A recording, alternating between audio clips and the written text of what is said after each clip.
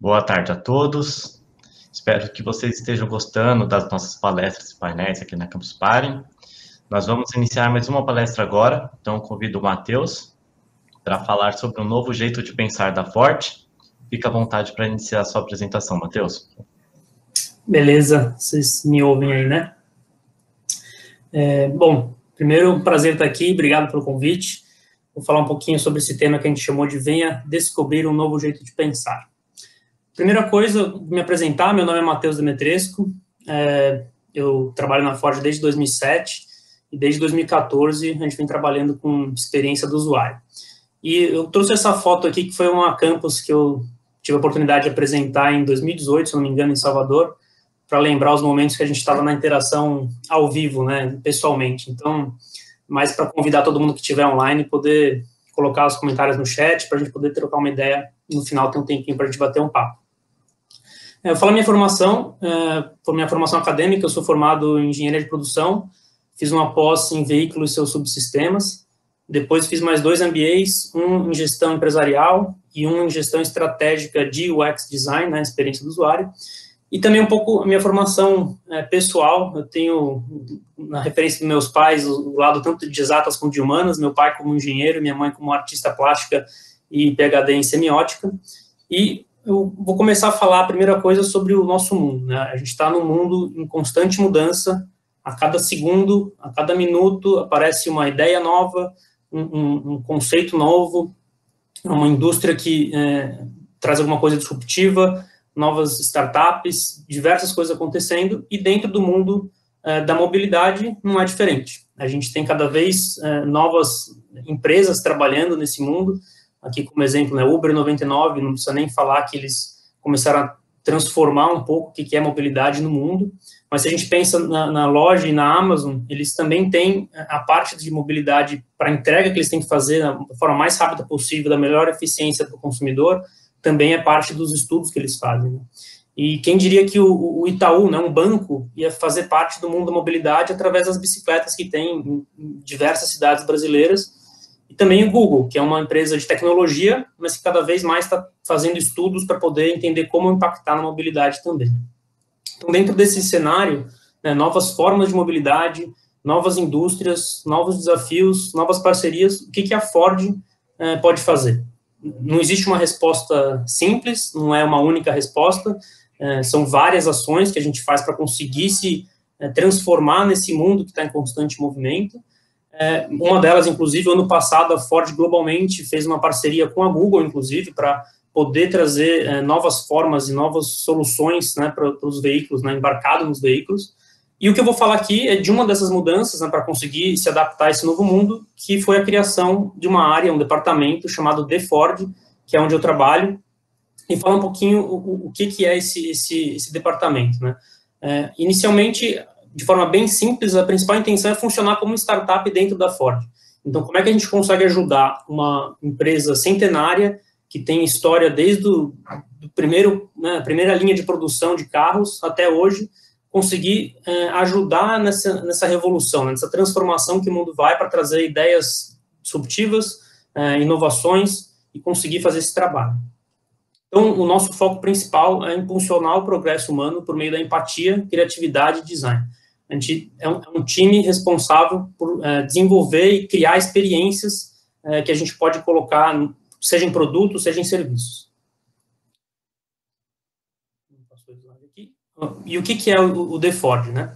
A gente foi criado para desafiar as suposições. Então, a gente, imaginem vocês, né, uma empresa centenária produzindo carros, que é um produto muito complexo, a gente tem que desafiar as suposições, as premissas que existem, né? Então, como que a gente pode trazer esses questionamentos e provocar a imaginação das pessoas? E uma forma é usando o Human Centered Design. Eu vou falar um pouquinho depois do que é o design centrado no humano, no usuário, e tudo com o intuito principal de ser disruptivo, né, trazer conceitos, explorações diferentes para a mobilidade, os carros autônomos, que é uma próxima geração de carros que tende a chegar, conectividade, tecnologia, para que a gente possa causar um impacto memorável na memória dos consumidores que usarem os produtos ou serviços, né? Então, O que é o Human Centered Design? É uma metodologia que a gente usa, que o foco principal é ser o design centrado no usuário, como eu falei, a gente fazer práticas de observação intensas, conseguir ir no lugar onde está o consumidor e observar ele usando, seja o produto, seja o serviço, para que a gente possa, a partir daí, começar a pensar em possíveis oportunidades, possíveis achados que a gente traga para dentro da organização, para criar soluções para as mais diversas populações. Tudo sempre ancorado na construção de empatia. É através da empatia com o usuário que a gente vai conseguir entender o que muitas vezes eles não falam, né? A velha máxima do Henry Ford, se eu perguntar para o consumidor o que ele quer, ele vai responder cavalos mais rápidos. Então, como que a gente consegue observar e conseguir pensar de forma diferente, atender as dores ou as oportunidades que a gente encontra com esse consumidor, não só na hora de descoberta, né, de quem são eles, mas também na hora de fazer as criações, focado na interação e ação. Então, a gente, ao desenvolver conceitos, sejam eles os mais simples possíveis aos mais complexos, levar para interagir com esse consumidor. E tudo isso, obviamente, de forma multidisciplinar. A gente não é um grupo pequeno dentro da Ford, como uma organização global, mas a gente tem que ter a parceria com nossos times internos e sempre colocando as pessoas em primeiro lugar. E agora, tem esse D, né, D Ford, afinal, o que é esse D? Então, eu convido vocês aí, quem tiver com celular, pode escanear esse QR Code ou colocar o link do www.menti.com e esse código 62512728, ou tem um link que vai direto para ele que a gente vai jogar no chat, para vocês responderem o que vocês acham que é esse D, o que ele significa, que palavra que é, né? Tem 3 opções, 3 possibilidades que vocês podem escrever.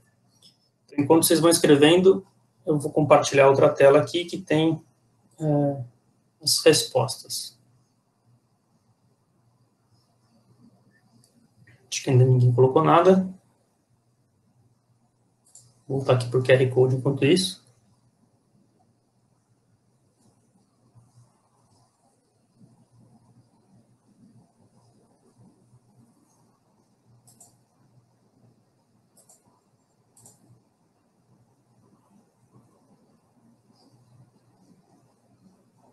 Aqui não está dando certo o link.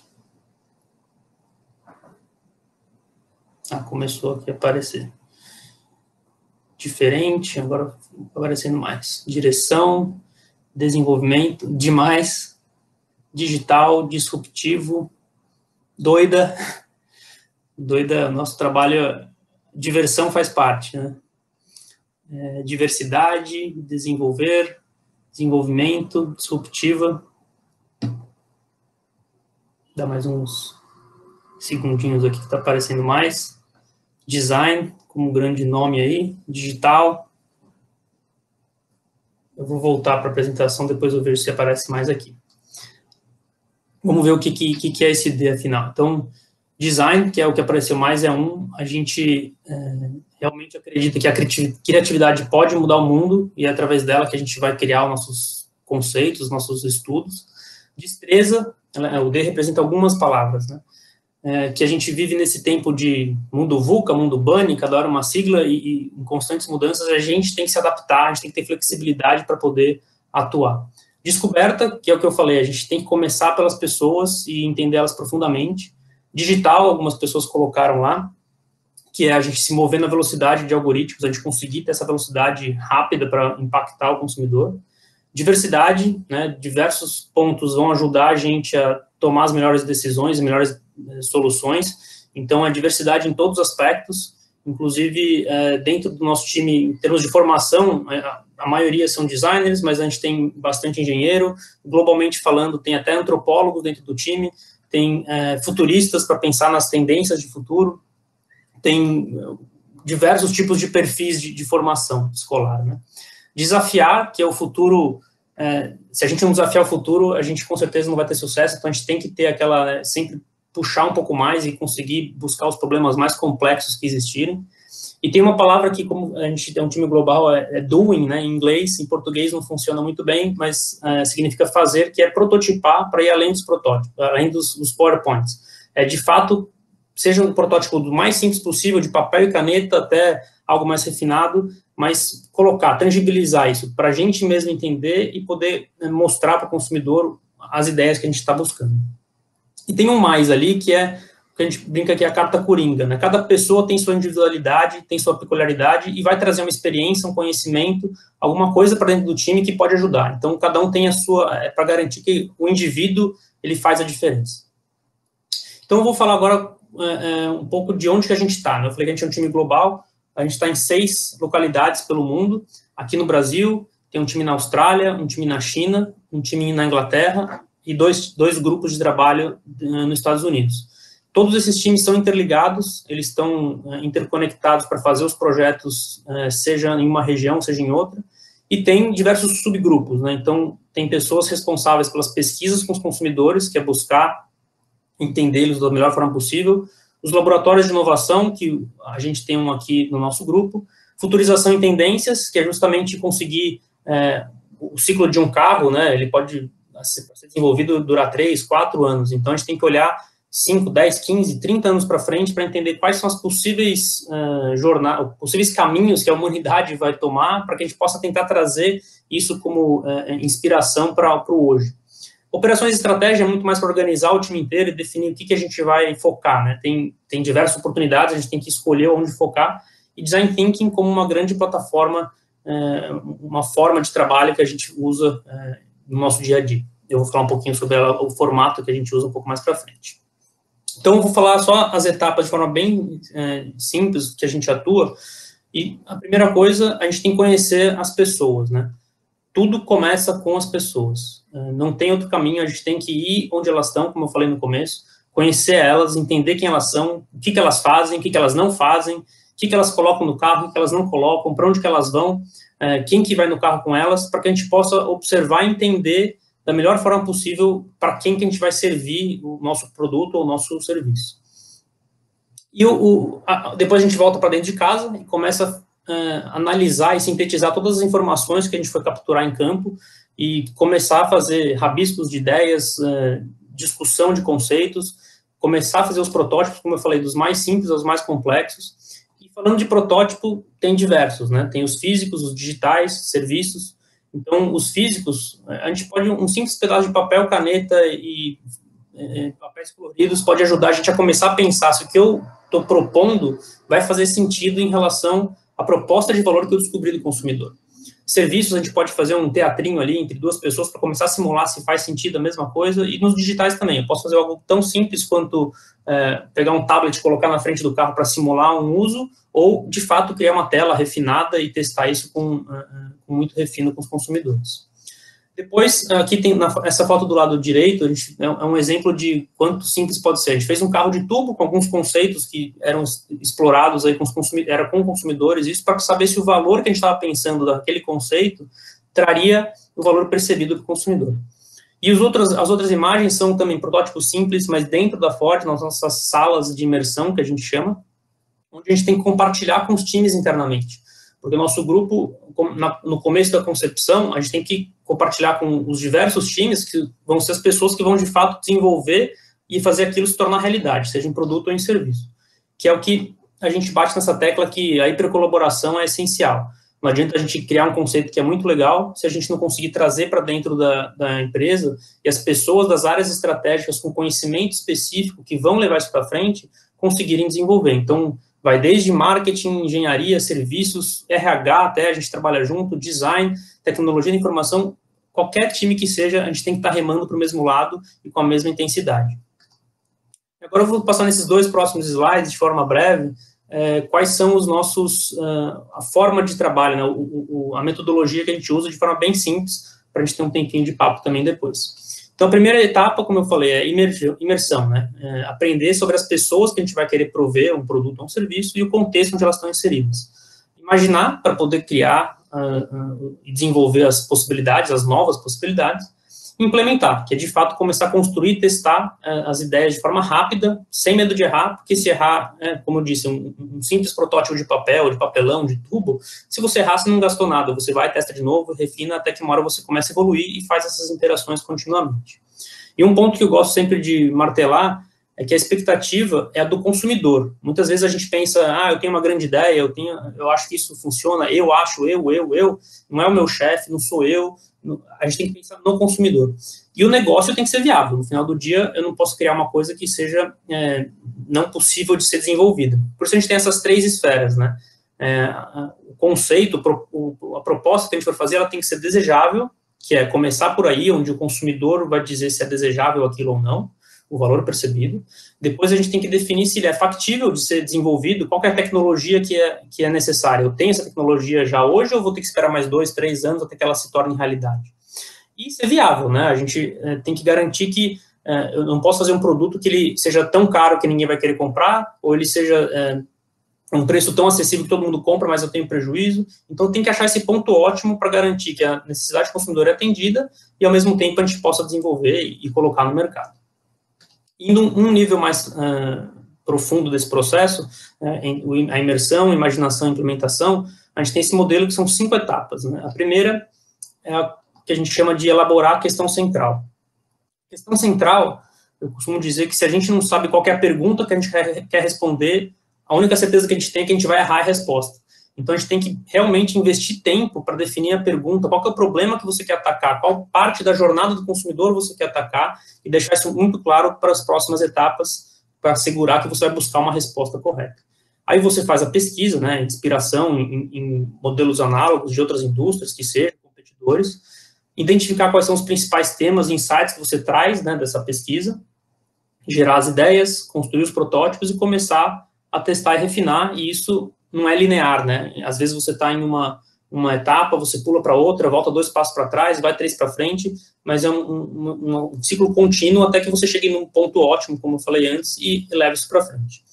E por fim, eu quero mostrar um exemplo, né, de um produto nosso que acabou de ser lançado, que é o Bronco Sport, que trouxe diversas soluções. Quando ele começou o desenvolvimento, a gente ainda era o grupo chamado de Experiência do Usuário, em 2019, que a gente se tornou The Ford, aqui no Brasil especificamente foi ano passado, mas trouxeram algumas soluções que foram de pesquisas que foram feitas lá no início, né, lá em 2016, mais ou menos, onde o Brasil foi pesquisado também para entender os hábitos e costumes de uso de produto, e alguns exemplos, né, esse consumidor é um consumidor que ele visa a aventura, ele é uma pessoa ativa, quer explorar, mas ao mesmo tempo ele está na cidade, então ele tem que ter a comodidade de ter os porta-objetos de forma simples. Tem essa foto do porta-malas, onde tem uma espécie de bancada que você pode gerenciar como você quer organizar suas coisas no porta-mala, e até no momento, né, de descontração, aventura, num passeio, você pode organizar alguma coisa ali, ou até usar como um escritório ambulante. Você tem as soluções de porta-objetos, né, de esconder alguma coisa, ou uma coisa que esteja suja, uma roupa suja durante um passeio meio fora de estrada que você fez, você pode colocar embaixo do banco, atrás do banco com um zíper, que você pode tanto proteger de poeira, mas você pode também proteger para ninguém ver o que está ali, então uma percepção de segurança.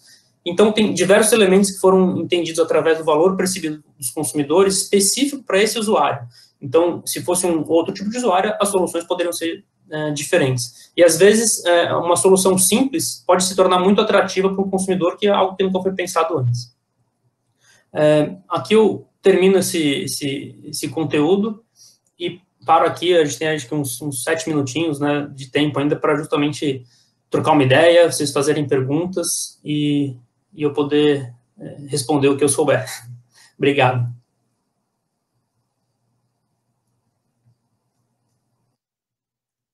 Deixa eu ver se está chegando uma pergunta aqui.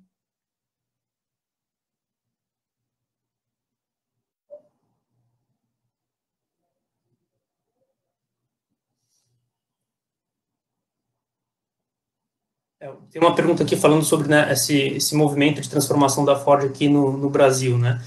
Se o nosso papel, qual que é o impacto dele, e se a gente continua presente com os novos produtos. Parte da transformação, né, o Centro de Desenvolvimento da Ford na América do Sul, né, que é aqui no Brasil, ela foi mantida em sua plenitude justamente porque a gente continua desenvolvendo esses produtos, seja para outros mercados, seja os produtos que estão chegando para o nosso país. Então, essa mudança, inclusive, da gente migrar da área de experiência do usuário para o The Ford foi uma parte estratégica para a gente continuar fazendo esses estudos e poder ajudar o time global e regional. Então, tudo que a gente aprende no nosso país, a gente entre aspas, né, exporta, mas é um trabalho em conjunto global para a gente poder estar sempre atuando nos novos projetos de desenvolvimento. Deixa eu ver se tem mais alguma aqui. Como vocês tratam as pessoas globalmente? Com uma cultura diferente. Isso é uma pergunta muito legal. Quando eu falei de fazer a imersão no contexto, né, eu tinha uma das imagens que eu falava das pessoas, que a gente vai em diversos lugares fazer as pesquisas. Não adianta a gente fazer a pesquisa só em um lugar. Um produto que o que eu falei do Bronco, ele é vendido em mais de um país. A gente tem que entender as diferenças desses países, as diferenças de hábitos que as pessoas têm e conseguir convergir para os pontos que elas têm em comum. Então, o que eu comentei de os porta-objetos, essa necessidade de conseguir esconder as coisas, ter as coisas organizadas dentro do carro, foi uma coisa muito comum entre as diversas regiões e que foram necessárias serem exploradas da melhor forma possível. Em cada contexto, as pessoas agem diferente. Então, como chegar nesse perfil de usuário que ele, ao mesmo tempo, tem que convergir todas as pessoas, mas que tem as peculiaridades. Então, em alguns momentos, e daí eu vou extrapolar um pouco aqui do The Ford, mas indo para o desenvolvimento do produto, a gente tem os ajustes de suspensão, por exemplo, né, para trazer para o Brasil um carro. Então, tem que ter algumas peculiaridades que são específicas do mercado, que, se for necessário, vão ter ajustes de conteúdo, inclusive. Tem outro aqui. Para trabalhar nessa área, qual curso tenho que fazer na faculdade e ou pós-graduação? Eu comentei um pouquinho durante, né? A gente tem pessoas de diversas formações, primordialmente a maioria são designers, depois temos engenheiros, mas o principal é você ser curioso, né? Você não conseguir se saciar com um simples não. Você vai atrás, você vai buscar, você vai tentar entender o porquê não, e se for não no final do dia, não tem problema. Mas é justamente conseguir buscar conhecimento além do que você tem. Então, as formações principais, como eu falei, na área de design, na área de engenharia, tem pessoas de software, inclusive, pós-graduações tem algumas que existem no mercado afora e cursos, né, ligados a user experience, na experiência do usuário, a parte digital também sempre muito forte, cada vez mais, né, mais coisa embarcada dentro do carro, são coisas que a gente tem que ter. Deixa eu ver se tem mais alguma.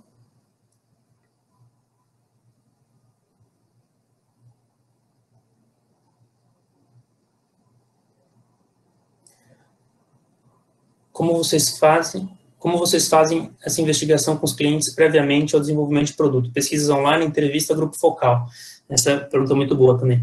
Acho que está acabando o tempo, eu vou responder mais essa. A gente sempre priorizou fazer pesquisas em loco, né? Que é eu conversando com a pessoa, entendendo ela e podendo né, vendo ela. E, obviamente, nos últimos 18 meses a gente não conseguiu fazer isso, então a gente migrou 100% para pesquisas online, e sempre pedindo para as pessoas mostrarem, né, quando a gente vai querer entender o hábito delas, tira uma foto do seu carro, da sua jornada até a escola, que você vai levar seus filhos, e ilustre alguma coisa para que a gente possa entender mais. É mais difícil, mas ao mesmo tempo permitiu a gente expandir mais, né, a gente não ter que ir só em uma localidade, a gente podia fazer uma pesquisa em diversas cidades, onde antes era mais complicado. Então, existem os dois modelos, né, online e presencial. Espero que quanto mais a gente evolua na nossa situação atual, a gente possa ir mais para presencial, que sempre agrega mais valor, olhar olho no olho com as pessoas. Né?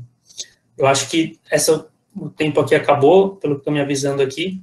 Queria agradecer a todos pela participação, agradecer a Campus aí pelo convite, e que vocês continuem, tem mais diversas palestras aí entre hoje e amanhã, né? Curtam bastante essa oportunidade. Muito obrigado.